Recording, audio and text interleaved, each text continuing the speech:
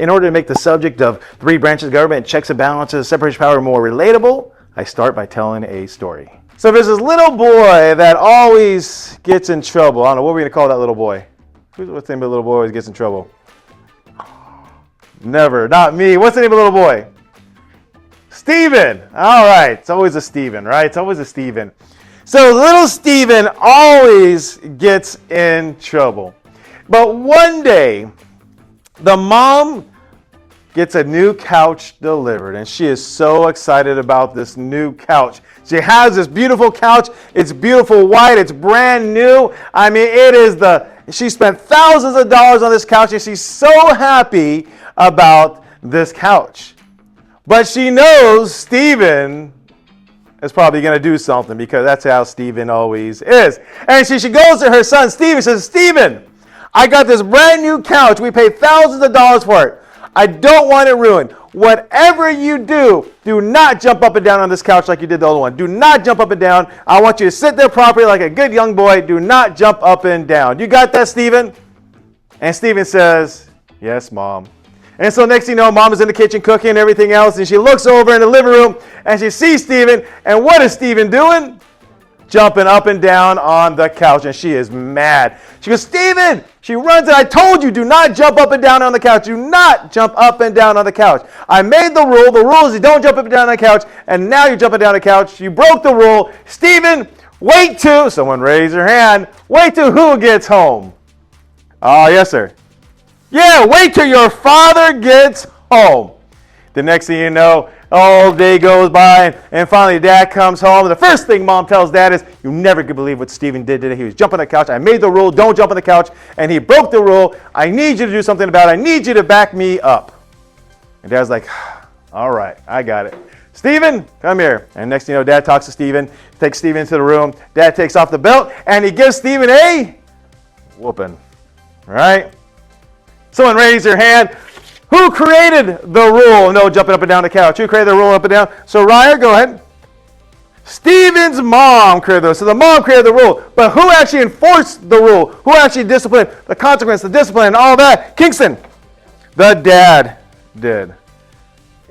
All right. And next thing you know, here comes the weekend. Of course, Mom and Dad are like, oh, Steven's wearing us out. We need a break. And so next thing you know, Grandma comes over, and they drop Steven off at Grandma's house. They're like, bye, Steven. Have a good time with Grandma. And they drive away. And as soon as they drive away, Grandma goes, hey, sweetie, how's it going? And next thing you know, Steven starts to cry. It's one of those ugly cries.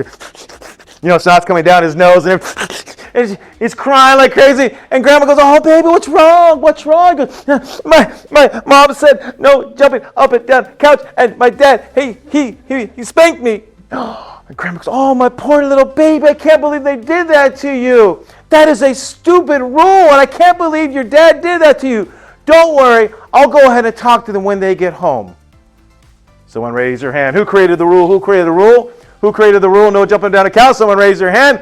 Go ahead, Jesus.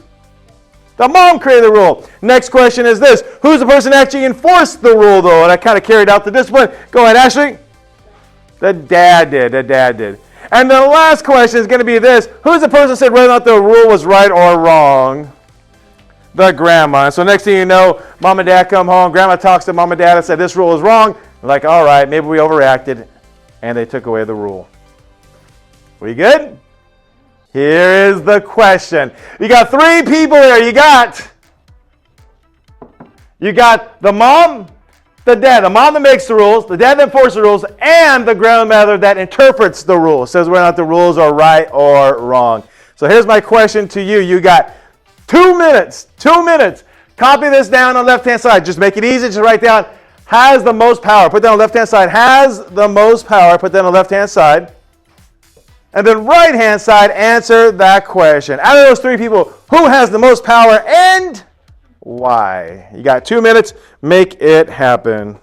Almost all my notes have a question like this, and I call it my big thinking question. The goal of it is to kind of get to the subject with a little different angle, make it a little more personable, or just get students to start thinking a little bit before we actually start diving into the topic. And then once we have, I give the students 2 minutes to actually write down their thoughts, and then we do share out.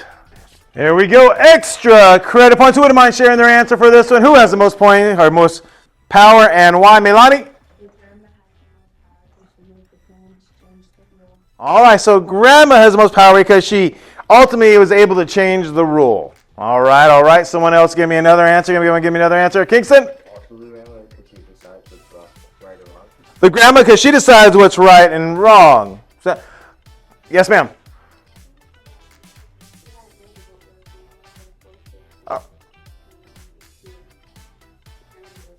So mom, because she ultimately is the one that creates the rule, so without the rule being created, there'll be no one to enforce it or even no one to interpret it. So the mom has the most power because she makes the rule or the law. Give me three more people before we move on. Let's go ahead and have Roberto and then Ashley. Because he's the most what?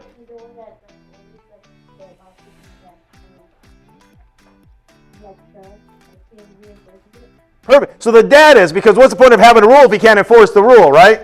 So he's the one that actually has the ultimate power. Yes, ma'am.